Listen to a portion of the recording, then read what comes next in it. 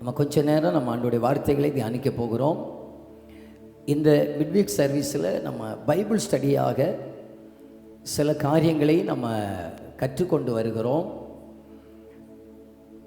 குறிப்பாக சபையுடைய அஸ்திபாரம் என்கிற தலைப்பில் சில வாரங்களாக நம்ம ஆண்டோடைய வார்த்தைகளை தியானித்து வருகிறோம்.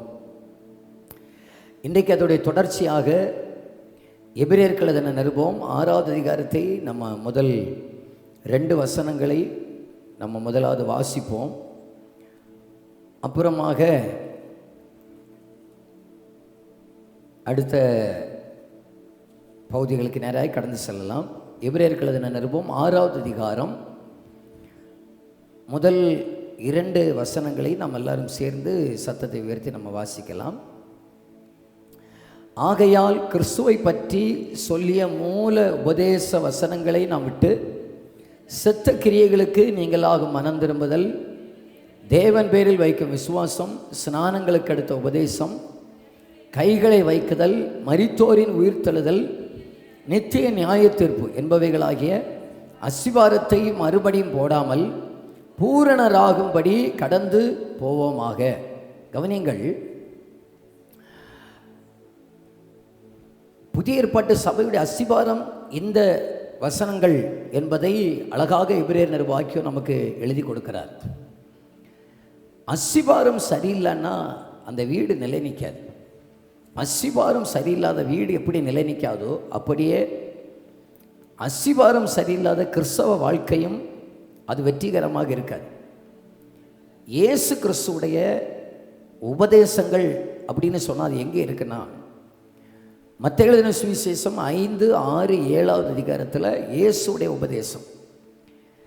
பழைய ஏற்பாட்டில் இஸ்ரவேல் ஜனங்களுக்கு சீனாய் மலையில் வைத்து எப்படி 10 கட்டளைகள் எழுதி கொடுக்கப்பட்டதோ, 613 பிரமாணங்கள் அவர்களுக்கு ஒரு மலையில் வைத்து சொல்லி கொடுக்கப்பட்டதோ, இங்கே புதிய ஏற்பாட்டு சபைக்கு தேவையான கட்டளைகள் இயேசு கிறிஸ்துவுடைய மலை பிரசங்கத்தில் அது வெளிப்படுத்தப்படுகிறது. எல்லா உபதேசங்களையும் சொல்லிவிட்டு இயேசு கடைசியாக இப்படி முடிக்கிறார். 2 பேர் வீடை கட்டினார்கள். ஒரு மனுஷன் மணலின் மேலே வீடை கட்டினான், இன்னொரு மனுஷன் கற்பாறையின் மேலே வீடை கட்டினார். பெருமழை வந்தது, மழை மேலே இருந்து வரும். பெருவெள்ளம் வந்தது, வெள்ளம் கீழே இருந்து வரும். காற்று 4 திசையில இருந்து வரும். 2 வீட்டின் மேலே இந்த சோதனை வந்தது. ஆனால் மணலில் மேலே கட்டின வீடு இடிந்து போய்விட்டது, அது நிலை நிற்க முடியவில்லை. கற்பாறையின் மேலே கட்டின வீடு அது நிலை நின்றது என்பதை ஆண்டவர் சொல்லி முடித்தார். நான் சொல்லி இந்த வசனத்தின்படி கேட்கிறவன் கற்பாறையின் மேல் கற்பாறையின் மேல் வீடை கட்டினவன். இந்த வசனத்தின்படி கேளாதிருக்கிறவர் அவர்களோ அவர்கள் மணலின் மேலே வீடை கட்டினவர்களுக்கு ஒப்பிடுவேன்னு சொல்லி ஆண்டவர் சொல்லி முடிக்கிறார். இப்போ இதுதான் இந்த அஸ்திபார உபதேசம். சபைக்கு எது அஸ்திபாரம் என்று சொல்லி ஒரு சில வாரங்களாக பேசி வருகிறேன். முதல்ல செத்த கிரியைகளுக்கு நீங்களாகும் மனம் திரும்புதல். 2, தேவன் பேரில் நம்ம வைக்கிறதான ஒரு விசுவாசம், அது நமக்கு கண்டிப்பாக இருக்க வேண்டும்.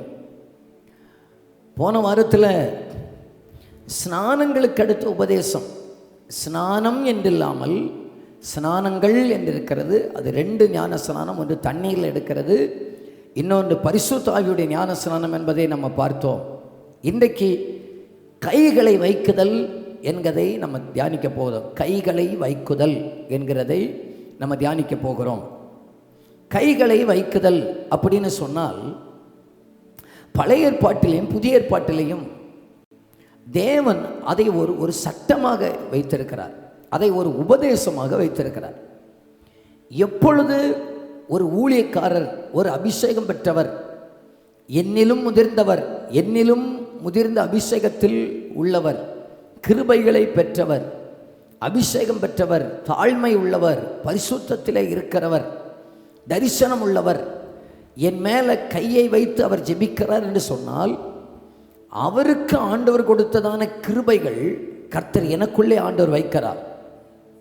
இந்த அபிஷேகம் பகர்த்தப்படுவது, அந்த தரிசனங்கள் ஒரு மனுஷனிலிருந்து இன்னொரு மனுஷனுக்கு கைமாறுவதற்காகவே கைகள் வைக்கப்படுதல் என்கிறதான ஒரு நியமம் இருக்கிறது. நான் பைபிளிலிருந்து கைகள் எதற்காக வைக்கப்படுகிறது என்கிற 8 காரியங்களை உங்களுக்கு நான் சொல்லுகிறேன். 8 காரியங்களுக்காக கைகள் வைக்கப்பட்டது என்பதை நான் உங்களுக்கு சொல்லுகிறேன். நான் முதலாவது 8 காரியங்களையும் சொல்லுகிறேன். 1, ஆசீர்வதிப்பதற்காக கைகள் வைக்கப்பட்டது. யாக்கோபு கைகளை வைத்து தலைமுறைகளை ஆசீர்வதித்ததை ஆதியாகமம் 48:14 நம்ம பார்க்கிறோம்.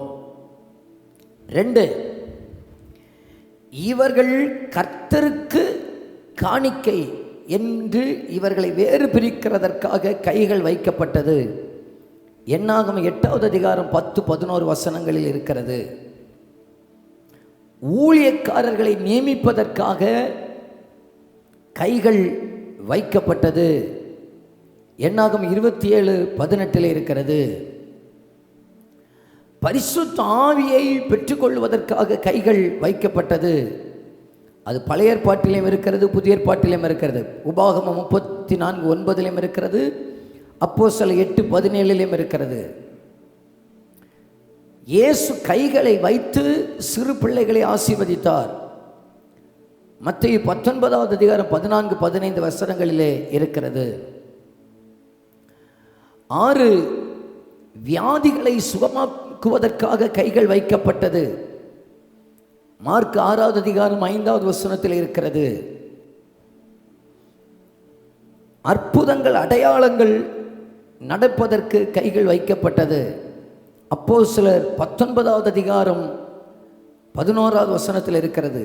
கடைசியாக கிருபைகள் வரங்கள் பரிமாறப்படுகிறது கைகள் வைக்கிறதுனால். அது 1 தீமோத்தேயு 4:14 வசனத்திலேயும் 2 தீமோத்தேயு 1 வசனத்திலேயும் இருக்கிறது. அப்போ கர்த்தர் நமக்கு நியமித்திருக்கிற ஒரு தேவனுடைய மனுஷன், அவரிடத்திலே நம்ம கைகளை வைத்து நம்ம ஜெபிக்க ஒப்பு கொடுக்கிறதுனால், நான் பழைய ஏற்பாட்டிலிருந்து புதிய ஏற்பாட்டிலிருந்து வருகிறேன். இன்றைக்கி பல நேரத்தில் ஜெபிக்க வர்றவங்களும் எதுக்காக நம்ம கைகளை வைக்கிறாங்கன்னு தெரியாது, ஜெபிக்கிறவருக்கும் தெரியாது எதுக்காக நம்ம கையை வைக்கிறோன்னு சொல்லி தெரியாது. நான் புதிய ஏற்பாட்டில் உள்ளதை மட்டும் இன்றைக்கி நான் 1-2 காரியங்களை உங்களுக்கு சொல்லுகிறேன். முதலாவதாக மத்தேயு எழுதின சுவிசேஷத்தில் பிள்ளைகளை ஆசீர்வதிப்பதற்காக மத்தேயு 19:14 வசனம், இயேசுவோ சிறு பிள்ளைகள் என்னிடத்தில் வருவதற்கு இடம் கொடுங்கள், அவர்களை தடை பண்ணாதிருங்கள், பரலோக ராஜ்யம் அப்படிப்பட்டவர்களுடைய என்று சொல்லி அவர்கள் மேல் கைகளை வைத்து பின்பு அவ்விடம் விட்டு போனார். கைகளை வைக்குதல் அது ஒரு ஆசீர்வாதத்திற்கு அடையாளம். முதல்ல நம்ம கைகளை வைப்பது எதற்காக என்று சொன்னால், என்னை ஆசீர்வதிப்பதற்காக என் மேலே கைகள் வைக்கப்படுகிறது. அப்போ ஒரு அபிஷேகம் பண்ணப்பட்ட ஒருவர், நம்மை ரட்சிப்புக்குள்ளாக நடத்துகிறவர், பரிசுத்தமுள்ள ஒரு தேவ மனுஷன், அபிஷேகம் பண்ணப்பட்டவர், கிருபை உள்ளவர், தரிசனம் உள்ளவர், அவர் என் மேலே கைகளை வைக்கிறதினால் நான் ஆசீர்வதிக்கப்படுகிறேன். அதற்காக கைகளை வைக்குதல் என்பது அவசியம். இரண்டாவதாக பார்த்தீர்கள் என்று சொன்னால், வியாதிகள் சுகமாகிறது. மார்க்கு சுவிசேஷம் 6:5 வசனம், அங்கே அவர் சில நோயாளிகள் மேல் கைகளை வைத்து அவர்களை குணமாக்கினதன்றி வேறொரு அற்புதம் செய்யக்கூடாமல். அப்புறம் மார்க் 16:18 வியாதியஸ்தர் மேல் கைகளை வைப்பார்கள், அப்பொழுது அவர்கள் சொஸ்தமாவார்கள் என்றார். அப்போ இரண்டாவதாக புதிய ஏற்பாட்டில் உள்ளதை மட்டும் சொல்லுகிறேன். கைகளை வைக்குதல் எதற்காக என்று சொன்னால், வியாதியஸ்தர்கள் சுகமாவதற்காக. அப்போ நம்ம ஜெபிக்கிறதுக்கு வரும்போது, என்னை ஆசீர்வதிப்பதற்காக நான் ஒருவரிடத்தில் நான் கைகளை வைக்கிறதுக்கு கொடுக்கிறேனா, அல்லது என்னுடைய வியாதி மாறுவதற்கு என்னுடைய தலையை கொடுக்கிறேனா கைகளை வைக்கிறதுக்கு அப்படின்னு நம்ம பார்க்கணும். வியாதியஸ்தர்கள் மேலே உண்மையிலேயே அந்த அதிகாரம் உள்ளவர்கள், அந்த கிருபை உள்ளவர்கள் கைகளை வைத்து ஜெபிக்கிறதான நேரத்தில் ஆண்டவர் அந்த வியாதிகளை மாற்றுகிறவராக இருக்கிறார். ஆண்டவர் சொன்னதை செய்யாமல் இருக்கிறவர் அல்ல. இந்த வசனத்தை அப்படியே நாங்கள் நம்புகிறோம். ஆண்டவரே, நீர் சொல்லி இருக்கிறீர், வியாதியஸ்தர்கள் மேல் கைகளை வைப்பீர்கள், அப்பொழுது சொஸ்தமாவீர்கள் என்று சொல்லி. ஆண்டவரே, இந்த இந்த வார்த்தையின்படியாக இந்த மாதத்தில் நம்முடைய ஊழியத்தில் அநேக அற்புதங்களை ஆண்டவர் செய்யட்டும் இயேசுவின் நாமத்தினால. அநேகர் கைவிடப்பட்டவர்கள், மருந்து மாத்திரைகளினால கைவிடப்பட்டவர்கள், அவர்களை ஆண்டவர் விடுதலையாக்குவாராக இயேசுவின் நாமத்தினால. நம்முடைய கைகளை கர்த்தர் அப்படிப்பட்ட அதிகாரத்தையும் கர்த்தர் நம்ம மேல வைப்பாராக. நம்முடைய கரங்களை, வியாதிகளை சுகமாக்குகிற வல்லமையை நம்முடைய கைகளிலே கர்த்தர் வைப்பாராக. ஆகையினால தான் சங்கீதக்காரன் சொன்னது போல, என் கைகளை போருக்கும் என் விரல்களை யுத்தத்திற்கு பழக்க வைக்கிறவர். நம்முடைய கைகளை அவருடைய வரங்களினால் அவர் நம்மை நிரப்பி, நம்ம கைகளை வைக்கும் போதே அங்கே ஒரு அற்புத சுகம் உண்டாகத்தக்கதான காரியங்களை நம்முடைய ஊழியத்தில் நடப்பிப்பாராக இயேசுவின் நாமத்தினால. ஆண்டவர் அதை செய்யணும், ஆண்டவர் அதை செய்யணும். ஊழியத்தில் அற்புதங்கள் நடக்கணும், அதிசயங்கள் நடக்கணும், கட்டுகள் உடையணும், பேய்கள் ஓடணும். இப்படிப்பட்ட கிரியைகள் இந்த கைகளை வைக்குதல்னால உண்டாகிற ஆசீர்வாதங்கள் எப்பொழுது சபையில் நடக்கிறதோ அப்பொழுது அந்த சபை கட்டப்படும், அப்பொழுது அந்த ஊழியம் வளரும். நாங்கள் இங்கே போய் ஜெபம் பண்ணனா நாங்கள் ஆசீர்வதிக்கப்படுறோம். ஒரு ஞாயிற்றுக்கிழமையில் மக்கள் ஜெபிக்க வர்றாங்கன்னா பாஸ்டர் கையை வச்சு எங்களுக்காக ஜெபம் பண்ணா நாங்கள் ஆசீர்வதிக்கப்படுறோம் என்பது அந்த ஜனம் உணருமே. ஆனால் நிச்சயமாகவே அவர்கள் ஆசீர்வதிக்கப்படுறது மட்டுமல்ல, அது நிமித்தம் சபைகளை கர்த்தர் ஆசீர்வதிக்கிறவராக இருக்கிறார். முதல்ல அதில் அந்த கைகளை வைக்கிறதில்ல எதற்காகன்னு சொல்லி நமக்கு இப்போ கண் திறந்துட்டுனா, இப்பொழுது நீங்கள் இனி ஜெபிப்பதற்கு வரும்போது வறுமையாக வரமாட்டீர்கள். இன்று முதல் நான் ஆசீர்வதிக்கப்படுவேன் என்கிறதான் வருவீர்கள். இன்று முதல் நான் வெறுமையாக போக மாட்டேன் என்று தான் வருவீர்கள். அது நடக்கணும், சபைகளில் நடக்கணும். எதுக்காகன்னு தெரியாமலே இது பண்ணுறேன். ஹாஸ்பிட்டலில் போய் டாக்டர்கிட்ட போய் முன்னால் போய் உட்காந்துருக்கிறோம். டாக்டர் கேட்குறாரு, எதுக்காக வந்தீங்க? சும்மா வந்தேன், தெரியாதுன்னு சொன்னால் ஏதாவது ஒரு ஊசி ஏதாவது போட்டு விடுங்க அப்படின்னா, சும்மா வந்தேன் டாக்டர், எனக்கு ஏதாவது ஒரு மருந்து தாங்கன்னு கேட்டார். அவர் சொல்லுவார், அதுக்குள்ள மருந்து என்கிட்ட இல்லை, அதுக்கு நீங்கள் சொல்கிற மருந்து உர கடையில் தான் கிடைக்கும்.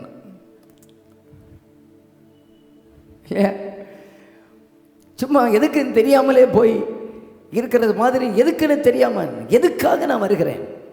எதுக்காக வருகிறேன் என்றால், நான் ஆசீர்வதிக்கப்படுவதற்காக வருகிறேன். நான் எதுக்காக வருகிறேன் என்றால், நான் பலவீனத்தோடு இருக்கிறேன். உண்மையிலேயே அந்த கிருபை உள்ளவர் கரங்களை வைத்தால் சுகம் அடைவார்கள் இயேசுவின் நாமத்தினால. ஆண்டவராக இன்றைக்கு ஆண்டவரால் அற்புதத்தை செய்ய முடியும். ஆண்டவர் சொன்னார், விசுவாசிக்கிறவர்கள் நடக்கிற அடையாளங்கள், நீங்கள் வியாதியஸ்தர்கள் மேல கைகளை வைப்பீர்கள், அவர்கள் சுகமாவார்கள், சுகமாவார்கள். ஸ்தோத்திரம், ஹல்லேலூயா. நான் இன்னும் வாஞ்சிக்கிறேன், ஊழியம் வளர்கிறது மட்டும் இல்லை, இன்னும் 1000 மடங்கு பெருக, நம் இப்போது இருக்கிறதை விட 1000 மடங்கு கர்த்தர் பெருக்கத்தை உண்டாக்குவதற்கு அடையாளங்களினாலும் அற்புதங்களினாலும் பலவிதமான பலத்த செய்கைகளினாலும் கர்த்தர் இங்கே இருக்கிறார் என்பதை தேசம் காணுவதற்கு கர்த்தர் உதவி செய்வாராக. நாங்கள் கேட்கிறது, ஆண்டவரே கைவிடப்பட்டவர்கள் வரட்டும் ஆண்டவரே, இந்த இடத்திலே ஒரு தெய்வத்துடைய கரத்தை பிடித்து கர்த்தர் தூக்கி எடுப்பீராக ஆண்டவரே, பலவீனர்களை கர்த்தர் குணமாக்குவீராக. ஏன்? அது புதிய ஏற்பாட்டில் ஆண்டவர் கொடுத்ததான வாக்கு தத்தம். வியாதியஸ்தர்கள் மேலே கைகளை வைப்பீர்கள், அவர்கள் சுகமாவார்கள். நம்ம ஜெபிக்கிறவர்கள் இன்னும் நல்லா ஜெபிக்கணும். எங்கள் ஊழியத்தில் அற்புதங்கள் நடக்கணும், வியாதியஸ்தர்கள் சுகமாகணும், பலவீனத்தோடு வருகிறவர்கள் இயேசுவின் நாமத்தில் சுகம் அடையணும். அப்படிப்பட்ட விடுதலைகள், அதுக்காகவே கைகள் வைக்கப்படுகிறது, அதற்காகவே கைகள் வைக்கப்படுகிறது. ஸ்தோத்திரம். இன்றைக்கும் பலவீனமான குழந்தைகள் மேலே கைகளை வைக்கிறோம். ஆண்டவர் இதுவரைக்கும் செய்கிறார் இல்லை, இதுவரைக்கும் கண்டதை விட மகிமையான காரியங்களை நம்முடைய ஊழியக்காரர்களுடைய கரங்களின் மூலம் செய்வதற்கு கர்த்தர் கிருபை செய்வாராக. ஸ்தோத்திரம். நம்முடைய ஊழியக்காரிகள் மூலம் செய்வதற்கு கர்த்தர் கிருபை செய்வாராக. இங்கே ஞாயிற்றுக்கிழமை மட்டும் இல்லை, இங்கே வெள்ளிக்கிழமை மட்டும் இல்லை, எல்லா நாளும் ஜெபம் நடக்குது. எல்லா நாளும் இங்கே போய் ஜெபிச்சாலும் ஆண்டவர் வியாதிகளை சுகமாக்குவார் என்பதை இதேசம் அறியத்தக்கதாக அற்புதங்கள் நம்முடைய ஊழியத்தில் நடக்கட்டுமே சுவிநாமத்தினால. என் தேவனால் அதை செய்ய முடியும். கைகளை வைக்கிறதுனால வியாதியஸ்தர்கள் சுகமாகிறார்கள். ஹல்லேலூயா, ஹல்லேலூயா, ஹல்லேலூயா. 3, புதிய ஏற்பாட்டிலிருந்து மட்டும் நான் நிற்கிறேன். அப்போஸ்தல நடபடிகள் 8வது அதிகாரம் 17வது வசனத்தில் அவர்கள் மேல் கைகளை வைத்தார்கள், அப்பொழுது அவர்கள் பரிசுத்த ஆவியை பெற்றார்கள். அப்போஸ்தலர் 19வது அதிகாரம் 6வது வசனத்தில் அல்லாமலும் பவுல் அவர்கள் மேல் கைகளை வைத்த போது பரிசுத்த ஆவி அவர்கள் மேல் வந்தார். அப்பொழுது அவர்கள் அந்நிய பாஷை பேசி தீர்க்க தரிசனம் சொன்னார்கள். அடுத்தபடியாக கைகளை வைக்குதல் எதற்காக சொன்னான்? பரிசுத்த ஆவியானுடைய அபிஷேகத்தை பெறும்படியாக. ஆகையினால்தான் நாங்கள் நல்ல ஆவியானவர் அசைவாடுகிறதான நேரத்தில் ஆவியானவர் எங்களை உற்சாகப்படுத்துகிற உங்கள் தலையில் நாங்கள் கைகளை வைக்கிறது. அப்போ அவர்கள் பரிசுத்த ஆவியை பெறுகிறார்கள். கைகளை வைத்து ஜெபிக்கிறதான நேரத்தில் ஆண்டவரே இவர்களை உங்கள் பரிசுத்த ஆவியினால் நிரப்பும் என்று கேட்டால் கர்த்தர் அந்த பரிசுத்த ஆவியினால் நிரப்ப அவர் வல்லமையுடையவராக இருக்கிறார். கைகளை வைக்குதல் எதற்காக? பாஸ்டர் எனக்கு பரிசுத்த ஆவி இல்லை, எனக்காக ஜெபம் பண்ணுங்கன்னு சொல்லி வரணும் இல்லையா? கைகளை வைக்கிறதுனால் பரிசுத்த ஆவியை கர்த்தர் நம்ம மேலே பொழிகிறவராக இருக்கிறார். அப்போஸ்தலனாகிய பவுல் அவர் கைகளை வச்சு ஜெபம் பண்ணினாலே ஜனங்கள் பரிசுத்த ஆவியை பெற்று அந்நிய பாஷைகளை பேசி தீர்க்க தரிசனம் சொல்லுகிற அளவுக்கு ஒரு பலத்த ஒரு அபிஷேகம் அவருக்குள்ளே இருந்தது. நான் எதற்காக எல்லாம் ஆண்டவர் நமக்கு இதை கற்றுக் கொடுக்கிறார் என்றால், ஆண்டவரே நாங்களும் என்றைக்கும் பார்வையாளர்களாக இருந்து விடக்கூடாது. அந்த அந்த அந்த வளருகிற அனுபவம் உங்களுக்கு புரியுதா? அந்த ஸ்டெப் பை ஸ்டெப்னு புரியுதா? ஃபஸ்ட்டு கைகளை வைக்கிறதுனால ஆசீர்வாதம். 2 கைகளை வைக்கிறதுனால வியாதிகள் சுகமாகிறது. 3 கைகளை வைக்கிறதுனால பரிசுத்த ஆவி. இன்னைக்கு நம்ம 1ஆம் ஸ்டெப்பிலேயே இன்னைக்கு 40 வருஷம் ஆனாலும் என்ன ஆசீர்வதிப்பதற்காக.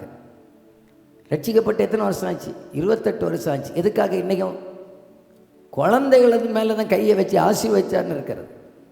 வளர வளர நம்ம ஆவிக்குரிய வாழ்க்கையில் வளர வளர எனக்கு உங்கள் பரிசுத்த ஆவி வேணும் ஆண்டவரே, உங்கள் பரிசுத்த ஆவி வேணும் ஆண்டவரே, உங்கள் கிருபை வேணும் ஆண்டவரே, அதற்காக எங்கள் மேலே கைகள் வைக்கப்படட்டும்.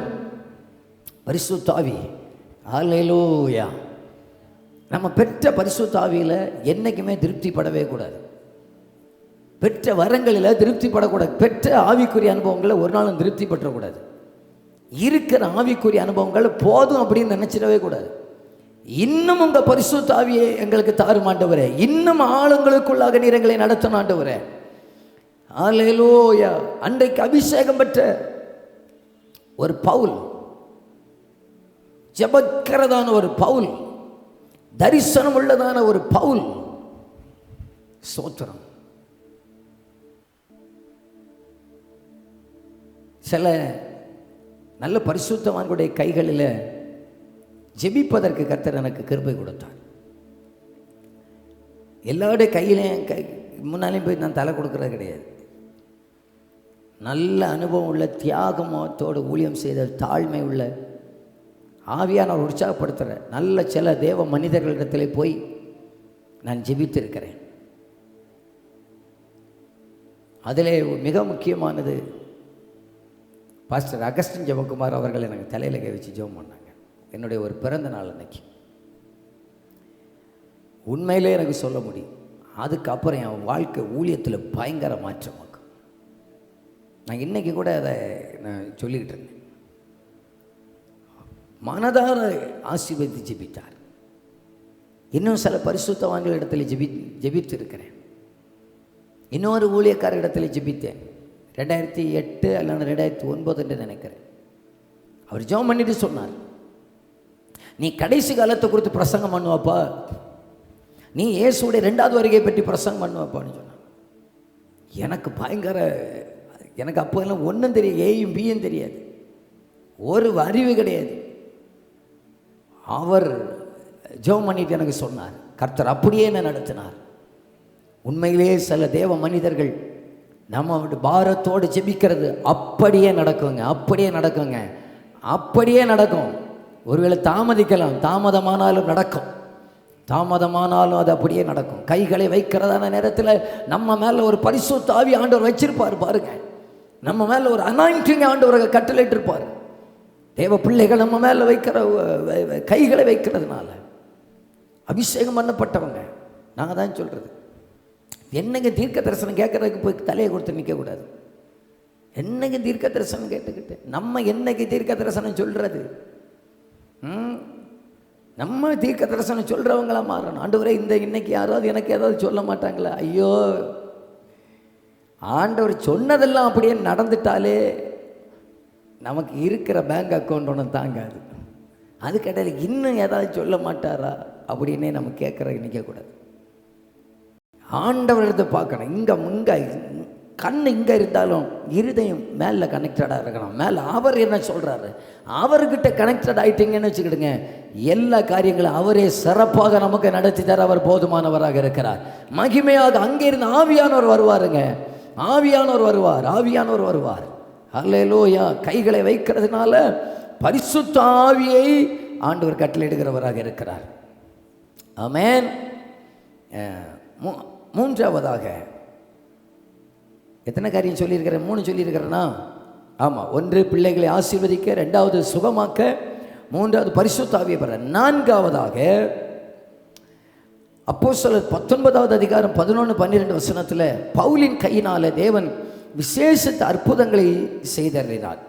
பவுலின் கைகளினால் அவனுடைய சரீரத்திலிருந்து உருமால்களையும் கச்சைகளையும் கொண்டு வந்து வியாதியஸ்தர்கள் மேல் போட வியாதிகள் அவர்களை விட்டு நீங்கி போயின, பொல்லாத ஆவிகளும் அவர்களை விட்டு புறப்பட்டன.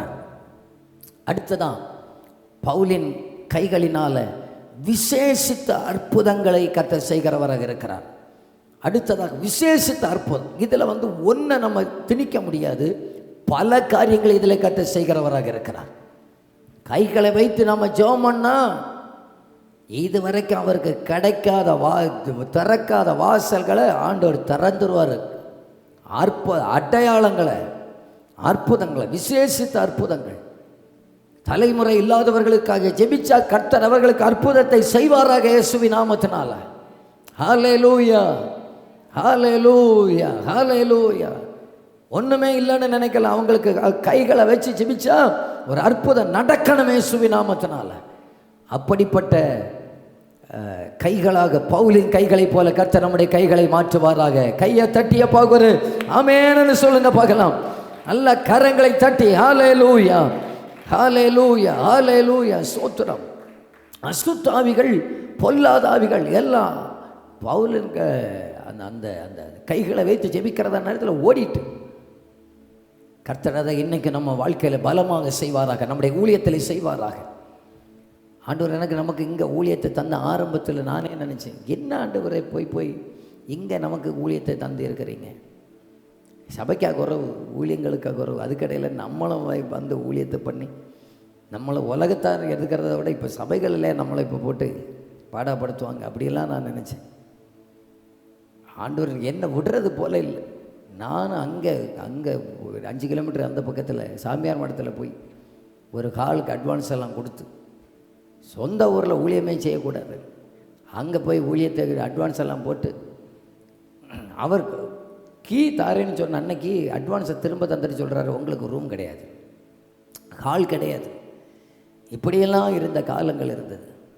பிறகு கொண்டு வந்து ஒவ்வொருவரும் அந்த பிசாசுடைய போராட்டத்தில் இருக்கிறவங்க எல்லாம் வர ஆரம்பித்த பிறகு தான் தெரியுது, ஐயோ இவ்வளவு பிசாசு நம்ம ஊர்லேயே கிடக்குதான்னு பிறகுதான் தெரியுது, இவ்வளவு போராட்டத்தில் இருக்கிறவங்க இன்னும் நம்ம ஊரில் இருக்கிறாங்களா. ஆண்டவர் நோக்கத்தோடு தான் கொண்டு வந்திருக்கிறார். இன்னும் திருப்திப்படலை. இன்னும் நம்ம ஆண்டவர்கிட்ட கேட்குறோம், ஆண்டவரே இன்னும் அற்புத அடையாளங்கள் ஊழியத்தில் நடக்கட்டும் ஆண்டவரே. வசனம் மட்டும் இல்லை, எல்லாம் ஒன்று போல நடக்கணும். வசனம் இருக்கணும், ஆராதனை இருக்கணும், ஜெபம் இருக்கணும், அற்புதம் இருக்கணும், அடையாளம் இருக்கணும், பலத்த கிரியைகள் நடக்கணும், வல்லமையான செயல்கள் நடக்கணும், வரங்கள் வெளிப்படணும். இவை எல்லாம் சபைகளில் 9 வரங்களும் ஆப்ரேட் ஆகிற சபையாக நம்முடைய சபையை கர்த்தர் மாற்றுவாராக. அற்புத அடையாளங்களை பவுலின் கையினால் செய்தது போல இனி வருகிற இந்த நாட்களில், இந்த மாதத்தில் இந்த பலத்த கிரியைகளை கர்த்தர் நடப்பிக்க ஆரம்பிப்பாராக. வல்லமையான கிரியைகள் செயல்பட ஆரம்பிப்பதாக. கைகளை வைக்குதல் அது அஸ்திபார உபதேசத்தில் ஒன்று. அவைகள் வைக்கும் போது, வைக்கப்பட்ட போது என்ன என்ன நடந்ததோ அவை அத்தனையும் நம்முடைய சபைகளில் நடக்கட்டும் இயேசுவின் நாமத்தினால. ஹல்லேலூயா, ஹல்லேலூயா, ஹல்லேலூயா. அடுத்ததாக பார்த்தீங்கன்னு சொன்னா 4 காரியம் சொல்லணும். 5வதாக 1 தீமோத்தேயு 4:14 மூப்பராகிய சங்கத்தார் உன்மேல் கைகளை வைத்தபோது தீர்க்க தரிசனால் உனக்கு அளிக்கப்பட்ட வரத்தை பற்றி அசதியாகிறாதே. 2 தீமோத்தேயு 1:6 இது நிமித்தமாக நான் உன்மேல் என் கைகளை வைத்ததினால் உனக்கு உண்டான தேவ வரத்தை நீ அனல் மூட்டி எழுப்புவிடும் என்பதை உனக்கு நினைப்பூட்டுகிறேன். அடுத்தபடியாக இந்த கைகளை வைக்கிறதுனால வரங்கள் பகிர்ந்தளிக்கப்படுகிறது. வரங்கள் பகிர்ந்தளிக்கப்படுகிறது. எலியாவை பாருங்க, அற்புத அடையாளங்கள் எல்லாம் செஞ்சார். மரித்தோரை உயிரோடு கூட எழுப்பினார். அவரை பின்னால் போகிறார் எலிசா. எதுக்காகன்னு கேட்டார். அவர் சொல்கிறார், உம்முடைய வரம் எனக்கு வேணும், உம்முடைய வரம் எனக்கு வேணும்.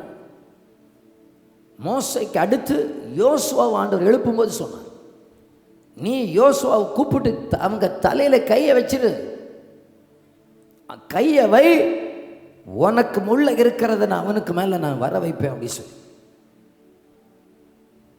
ஊழியத்தில் வேறு பிரிக்கப்பட்ட அத்தனை பேர் அவர்கள் மேல கைகள் வைக்கப்பட்டது. அப்போஸ்தலர் நடவடிக்கைகளில் பார்த்தீங்கன்னா என்ன ஊழியத்துக்காகவும் அவர்களை கைகளை வைத்தார்கள். கையை வச்சு தான் அவங்கள ஊழியத்துக்காக அவர்களை நிறுத்தினார்கள். நான் அதுக்கு கூட இடையில ஒரு காரியத்தை கூட நான் தொட்டு வைக்கிறேன். அப்போஸ்தலர் நடவடிக்கைகள் 6வது அதிகாரம் 6வது வசனத்தில் 1வது வசனத்தை முதலாவது வாசிப்போம். அந்நாட்களிலே சீசர்கள் பெருகின போது கிரேக்கரானவர்கள் தங்கள் விதவைகள் அன்றாட விசாரணையில் திட்டமாய் விசாரிக்கப்படவில்லை என்று எபிரேயருக்கு விரோதமாய் முறுமுறுத்தார்கள். அப்பொழுது 12 சீசர் கூட்டத்தை வரவழைத்து, நாங்கள் தேவ வசனத்தை போதியாமல் பந்தி விசாரணை செய்வது தகுதி அல்ல. ஆதலால் சகோதரரே, பரிசுத்த ஆவியும் ஞானமும் நிறைந்து நற்சாட்சி பெற்றிருக்கிற 7 பேரை உங்களை தெரிந்து கொள்ளுங்கள். அவர்களை இந்த வேலைக்காக ஏற்படுத்துவோம். நாங்களோ ஜெபம் பண்ணுவதிலும் என்றார்கள். 5வது வசனத்தில் 7 பேரை தெரிஞ்செடுத்தாச்சு. 6வது வசனத்தில் அவர்களை அப்போஸ்தலருக்கு முன்பாக நிறுத்தினார்கள். இவர்கள் ஜெபம் பண்ணி அவர்கள் மேல் கைகளை வைத்தார்கள். எதற்காக? பந்தி விசாரணை செய்வதற்காக. இந்த ஊழியம் இருக்கு பார்த்தீங்களா, ஊழியத்தில் பல பார்ட் இருக்கிறது, பல பகுதி இருக்கிறது. இந்த ஊழியத்தில் எந்த ஒரு பார்ட்டை செய்யணும்னாலும் என் தேவனுடைய அனுமதி இல்லாமல் யாராலையும் அதை செய்ய முடியாது. அது சின்னதோ பெருசோ. ஏனென்றால் சபைக்கு தலைவர் பரலோகத்தில் இருக்கிறார். அவர் யாரை கொண்டு இங்கே செய்யணுமோ அதுதான் நடக்கும். நான் அடிக்கடி நினைப்பேன், சபைக்கு தலைவர் யாரு? ஒன்று யோசிச்சு சொல்லுங்க.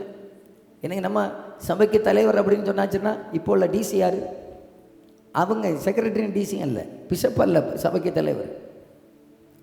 தலைவர் டீக்கனர் இல்லை, சபைக்கு தலைவர் மேலே இருக்கிறார். ஒரு ஆமேன்னு சொல்லுங்க பார்க்கலாம். அவர் இங்கே யாருக்கு கையில் மைக்க கொடுத்து பாட விடணும்னு அவரை தீர்மானம் பண்ணுறாரோ அதான் நடக்கும். நாங்கள் நினைக்கிறது, எனக்கு கணக்குப்படி நான் இங்கே நினைக்கிற நடக்கக்கூடாதுன்னாகும். அவருக்கு இங்கே யாரை நிப்பாட்டணுமோ அவர் அதை செய்யணும். அவர் எதை செய்யணுமோ, யாரை வைத்து செய்யணுமோ அது நடக்கணும். அதுதான் வெற்றிகரமான ஊழியம். என்னதான் அது சக்ஸஸாக செய்து முடிக்க முடியும். ஆமென். ஆண்டவர் இப்போ நியமிச்சிருக்கிற 7 பேரை கொண்டு வாங்க. அவங்க மேலே கைகளை வைத்து சின்ன சின்ன காரியங்களையும் கர்த்தர் அதற்கு மேலே கைகளை வைத்து வேறு பிரித்து தான் ஆண்டவர் அதை செய்ய வைக்கிறார். அப்போ எல்லாராலும் செய்ய முடியாது. அதை ஏன் கையை வைக்கிறாங்கன்னா அதை செய்கிறதுக்கு ஒரு கிருபை அவங்களுக்கு தேவைப்படுது. எல்லாராலும் அதை செய்ய முடியாது. எனக்கு மகன் தான், ஆனால் அவன் செய்கிறத எனக்கு செய்ய முடியாது, தெரியாது. எனக்கு கூட இருக்கிற சகோதரர்கள் தான், அவங்க செய்கிறத எனக்கு செய்ய முடியாது. ஏனென்றால் கர்த்தர் அந்தந்த பார்ட்டில் ஒவ்வொருவரை நியமித்திருக்கிறார். நியமித்ததை செய்வதற்கு கிருபையை கொடுத்து அவர் நடத்துகிறவராக இருக்கிறார். ஆமென் சொல்லுங்க பார்க்கலாம். பந்தி விசாரணை இது எங்கள் வேலை இல்லைப்பா, எங்கள் வேலை வேற. அதை கண்டுபிடிச்சி அதை செய்கிறதுக்கு கையை வச்சிரு. அதை செய்வதற்குரிய கிருபை அவங்க மேலே வந்துடும். இப்போ கைகளை வைக்கிறதுக்கு அர்த்தம் புரிஞ்சவங்க கையை வெடிச்சு வர இல்லையா சொல்லுங்க பார்க்கலாம். சிலருக்கு ஆசை உண்டு, அதை செய்யணும் இதை செய்யணும் ஆசை உண்டு. ஆண்டவர் சிலரை கொண்டு தான் சிலரை செய்வார். செய்ய வேண்டியதை செய்ய வேண்டியவர்களை கொண்டு செய்ய வேண்டிய நேரத்தில் தெளிவாக அவர் செய்வதற்கு அவர் வல்லமையுடையவராக இருக்கிறார். ஆமென். ஏனென்றால் உத்தரவு பரத்திலிருந்து வரணும், கட்டளை பரத்திலிருந்து வரணும், ஆர்டர் அங்கே மேலே இருக்குது. அவர் நினைக்கிறது நடக்கணும். அதுதான் வெற்றிகரமான ஊழியம், அதுதான் வெற்றிகரமான திட்டம், அதுதான் சாத்தானை நடுங்க வைக்கிறதாக இருக்கும். ஆனால் நம்ம ஊழியத்தில் எல்லாருக்கும் ஒரு பார்ட் உண்டு. எல்லாரையும் கொண்டு கர்த்தர் செய்ய வேண்டியதை நிறைவேற்றி எடுப்பாராக. சின்ன சின்ன காரியங்களாக இருக்கலாம், செய்ய வேண்டியதை செய்து அதை நிறைவேற்றி முடிக்க வல்லமையுடையவராக இருக்கிறார். கையை தட்டி அப்பாவுக்கு ஒரு அல்லேலூயா சொல்லுங்க பார்க்கலாம். பந்தி பரிமாறுகிறவர்களுக்கு கைகள் வைக்கப்பட்டது. நம்ம ஊழியத்தில் அங்கே மீடியாவில் ஒர்க் பண்ணுறாங்க, எனக்கு அதை செய்ய முடியாது. அதை கர்த்தர் அவர்களுக்கு செய்வதற்கு முன் குறித்திருக்கிறார். அது கர்த்தருடைய ஒரு ஊழியம். அதை செய்கிற கிருபையை கர்த்தர் அவங்க மேலே வச்சிருக்கிறார். ஆராதனை நடத்துகிறவர்கள் அந்த கிருபை அவங்க மேலே வச்சு ஆண்டவர் நடத்துகிறார். அல்லேலூயா ஸ்தோத்திரம். இப்போ அடுத்ததாக அதிலே நான் பேசுகிறேன். அடுத்ததாக பார்த்தீங்கன்னு சொன்னால், இப்போ மூப்பராகிய சங்கத்தார் அடுத்த தலைமுறை தீமோத்தேயுக்கு சொல்லும்போது சொல்கிறேன், உன் மேலே கையை வைக்கிறதுனால உனக்கு உண்டான வரத்தை அனல் மூட்டி எழுப்புன்னு சொல்லி. இப்போ நான் இப்படி நம்புகிறேன், என் மேலே எத்தனை பிதாக்கள் மனதார கைகளை வைத்தார்களோ அத்தனை வரங்களும் எனக்கு உள்ளே தான் இருக்கிறது. ஒரு விதையை போல இருக்கிறது, ஒரு விதையை போல இருக்கிறது, ஒரு விதையை போல இருக்கிறது. திரும்ப அந்த வார்த்தையை நான் சொல்கிறேன், ஒரு விதையை போல எனக்குள்ளே இருக்கிறது. அல்லேலூயா ஸ்தோத்திரம். நல்ல கவனிங்க. நல்ல ஒரு சர்ச்சு பிலிவேஸை பாருங்க. ஒரு பாஸ்டருக்கு மேலே இருக்கிறதான அந்த பாரம் அப்படியே அவங்க மேலே இருக்கு. அந்த பாஸ்டர் ஜெபிக்கிறவராக இருந்தால் அந்த விசுவாசிகளும் ஜெபிக்கிறவங்களாக தான் இருப்பாங்க. அந்த பாஸ்டர் ஆராதிக்கிறவங்களா இருந்தால் அந்த ஜனங்களை ஆராதிக்கிறவங்களா தான் இருப்பாங்க. நான் கொடுக்கிறவனாக இருந்தால் என் ஜனங்களும் கொடுக்கிறவங்களா இருப்பாங்க. நான் செய்யாததை எங்கள் ஜனங்கள் செய்யணும்னு நாங்கள் எதிர்பார்க்க முடியாது. ஏனென்றால் ஆரோனுடைய தலையில் இருந்த தாடி வழியாக வடிஞ்சினாக்க இருக்கு அபிஷேக தைலம். இங்கே மேடையில் நிற்கிறவங்க ஆராதிச்சாங்கன்னா கீழே இருக்கிறவங்க தானே ஆராதிப்பாங்க. இங்கே மேடையில் இருக்கிறவங்க துதிச்சாங்கன்னா கீழே இருக்கிறவங்க தானா துதிக்க ஆரம்பிப்பாங்க. இப்போ அதை திரும்ப சொல்லுகிறேன்.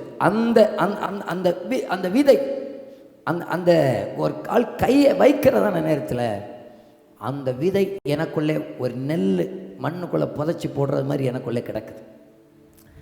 போடுறது செய்ய வேண்டியது அவர் செஞ்சாச்சு, இனி அனல் மூட்ட வேண்டியது எனக்கு கடமையாகும். நான் அதுக்கு காத்திருந்து நீர் பாய்ச்சி செய்ய வேண்டியதை செய்து அதுக்குள்ளே கொஞ்சம் ஒருவேளை கொஞ்சம் தாமதமாகலாம். தாமதமானாலும் நமக்குள்ளே பல விதைகள் இன்னும் வெளியே வராமல் உள்ளுக்குள்ளே கிடக்கிறது. உனக்கு அப்போஸ்தலன் பவுல் சொல்கிறார், நான் அன்னைக்கே கையை வச்சேன் பார்த்தியா, அன்னைக்கே உனக்கு உள்ளதான் அப்பா இருக்குது, வெளியே எங்கேயும் போகலை. நீ நினச்சிட்ட எனக்கு ஒன்றும் இல்லைன்னு நினைக்கிற. எனக்கு அப்பா என்னுடைய பிதா என்னை ஆவிக்குரிய தகப்பன் எனக்கு ஒன்றும் தரலான்னு நினச்சிடாத. தந்தது உனக்கு உள்ளதான் இருக்குது, தெரியாம அது உனக்குள்ளதான் இருக்கு. நீ பார்க்காமலே உனக்குள்ளதான் இருக்கு. நீ காத்திருந்து ஜெபிக்கும் போது, நீ காத்திருந்து உபவாசிக்கும் போது, நீ அந்நிய பாஷை பேசும்போது, நீ கர்த்தருக்குள்ளே காத்திருக்கிறதான நேரத்தில் உனக்குள்ளே இருந்து வெடித்து புறப்பட்டு ஒன்று வெளியே வரும்பாரு. உனக்குள்ளே இருக்கிற வரங்கள் புறப்பட்டு வெளியே வரும்பாரு. இதுவரைக்கும் நடக்காத சிலது, இதுவரைக்கும் நீ பார்க்காத சிலது, இதுவரைக்கும் சம்பவிக்காத சிலது, என் கையினால் நடப்பிக்கப்பட்டவைகள் அத்தனை அப்படியே உன் கையினால் நிச்சயமாகவே நடக்கும். எனக்கு கொடுத்த வெளிப்பாடுகள் அப்படியே உன்னை கொண்டும் வெளிப்படும். எனக்கு கொடுத்ததான கிருபைகள் உனக்குள்ள இருந்தும் வெளிப்படும். அதெல்லாவற்றை நீ பார்க்க போகிறாய் தீமோத்தேயுவே. நீ அதை அனல் மூட்டி எழுப்பு. அதற்காக தான் உன் மேல கைகள் வைக்கப்பட்டது.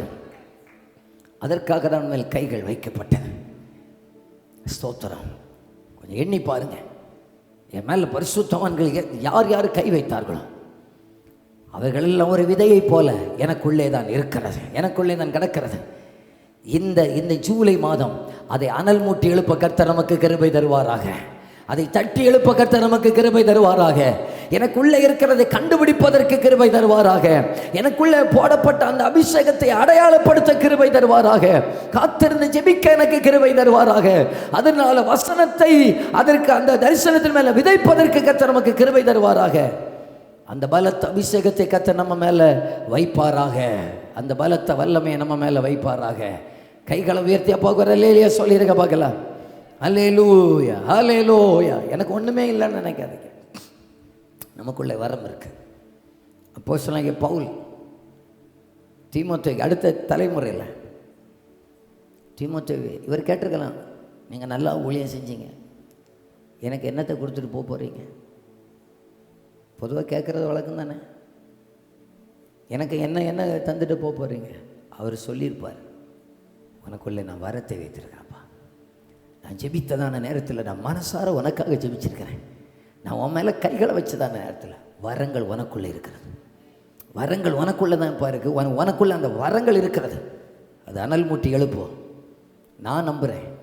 எலியாவுக்குள்ளே இருந்தது 2 மடங்கு எலிசாவுக்குள்ளே செயல்பட்டது உண்மையானால் பவுலுக்குள்ளே இருக்கிறது 2 மடங்காக தான் நமக்குள்ளே இருந்து வரும். எப்படியே ஒரு நெல் விதை உள்ளே போட்டால் அது குறைஞ்சபட்சம் 30 தான் வெளியே வர்றது போல எனக்குள்ளே இருக்கிற வரம் 1 வெளியே வராது, 2 மடங்கு அதிகாரத்தோடு தான் வெளியே வரும், 2 மடங்கு பவர்ஃபுல்லாக தான் வெளியே வரும், 2 மடங்கு வல்லமையாக தான் வெளியே வரும்.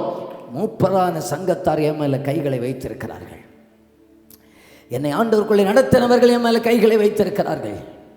ஆண்டவரே, இப்போ நீங்கள் எதற்காக கைகளை வைக்க வேண்டும் என விரும்புகிறீர்கள்? 1 ஆசீர்வாதம், 2 சுகம், 3 பரிசுத்த ஆவி, 4 அற்புத அடையாளங்கள், 5 வரங்கள். இவைகளெல்லாம் செயல்படுத்துவதற்காக கைகள் வைக்கப்பட்டது. புதிய ஏற்பாட்டில் மட்டும்தான் சொல்லியிருக்கிறேன். பழைய ஏற்பாட்டில் நிறைய பேசலாம். நான் முடிக்கிறேன். ஆண்டவரே, இந்த நாட்களில் எங்களுக்குள்ளே இருக்கிற வரங்கள் வெளிப்பட்டு வரட்டும். ஆண்டவரே, ஞாயிற்றுக்கிழமை நானும் போய் ஜெபம் பண்ணிட்டு போய்கிட்டு சர்ச்சை ஆரம்பித்து 7 வருஷமாக நானும் ஜெபம் பண்ணி ஆண்டவரே நான் ஆசீர்வதியும் போயிட்டுருக்கிறேன். இனி எனக்குள்ளே இருக்கிற வரங்கள் வெளிப்படட்டும் இயேசுவின் நாமத்தில். எனக்குள்ளே அற்புத அடையாளங்கள் நடக்கட்டும். என்னை கொண்டு அற்புத அடையாளங்கள் நடக்கட்டும். கர்த்தர் பெரிய காரியங்களை செய்யட்டும். எல்லாரும் எழுந்து நிற்கலாமா? ஜெபம்.